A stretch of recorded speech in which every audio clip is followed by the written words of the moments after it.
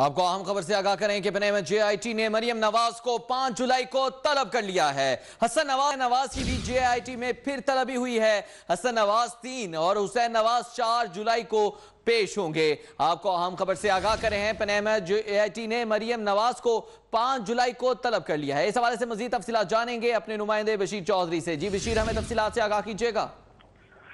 جی بالکل، supreme court کے فیصلے کی روشنی میں جے آئی ٹی پاناما لیکس کی تحقیقات کر رہی ہے اور اس سلسلے میں وہ پاناما لیکس سے جڑے تمام کرداروں کو بار بار جو ہے وہ طلب کر رہے ہیں۔ اس سے پہلے وزیر اعظم نواز شریف، وزیر اعلیٰ پنجاب شہباز شریف، وزیر اعظم کے دونوں صاحبزادوں حسن نواز اور حسین نواز کو جے آئی ٹی نے طلب کیا تھا، جبکہ اس کے علاوہ بھی کئی گواہان کو طلب کیا ہے، اور اب جے آئی ٹی نے ایک بڑے کردار کو جو ہے وہ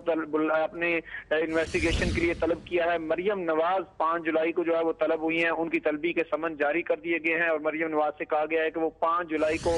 جے آئی ٹی کے سامنے پیش ہو کر مختلف جو سوالات ہیں،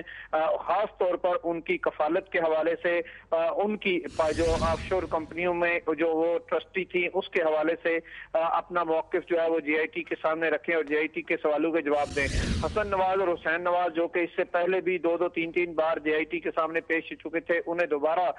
سمن جاری کیے گئے ہیں اور 3 اور 4 جولائی کو بلایا گیا ہے۔ اس کے علاوہ وزیر اعظم کے کزن ہے طارق شفیع، ان کو بھی پہلے جے آئی ٹی میں طلب کیا گیا تھا اور تقریباً 13 گھنٹے تک ان سے تفتیش کی گئی تھی، ان کو بھی جو ہے وہ 2 جولائی کو طلب کیا گیا ہے۔ تو یوں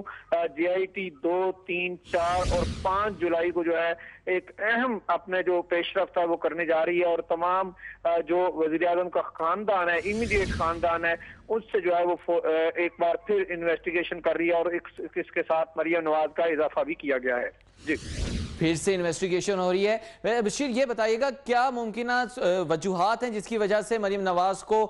طلب کیا گیا ہے؟ اس سے پہلے کیپٹن صفدر بھی گئے اور وزیر اعظم یا محمد نواز شریف وہ بھی جے آئی ٹی کے سامنے پیش ہوئے۔ کیا ان کے بیانات میں کوئی تضاد تھا جس وجہ سے مریم نواز کو پیش کیا گیا،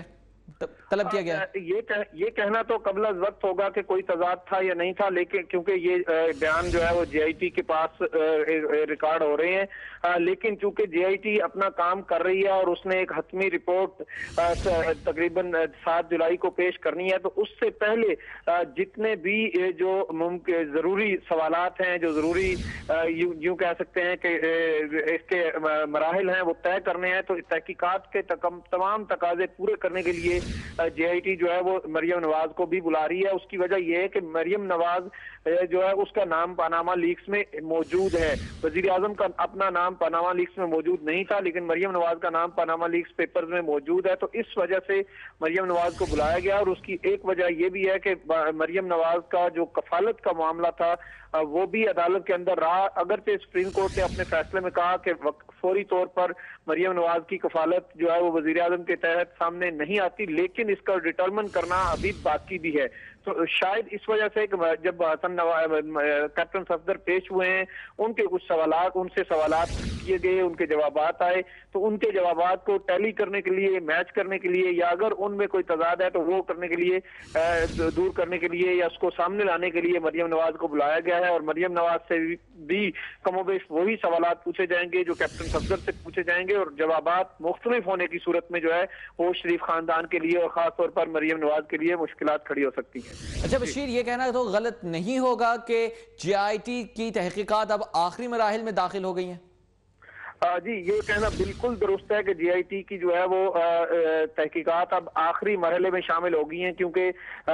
جو جے آئی ٹی کا وقت تھا وہ 60 دن کا وقت تھا، اور جے آئی ٹی کو سپریم کورٹ کی جانب سے 7 یا 10 جولائی کو جو ہے وہ حتمی رپورٹ پیش کرنے کا کہا گیا ہے، اور یہ 4تھی رپورٹ ہوگی جے آئی ٹی کی جانب سے، اور اس کے بعد سپریم کورٹ اس جے آئی ٹی کی روشنی میں، اس رپورٹ کی روشنی میں جو ہے وہ حتمی فیصلہ کرے گی،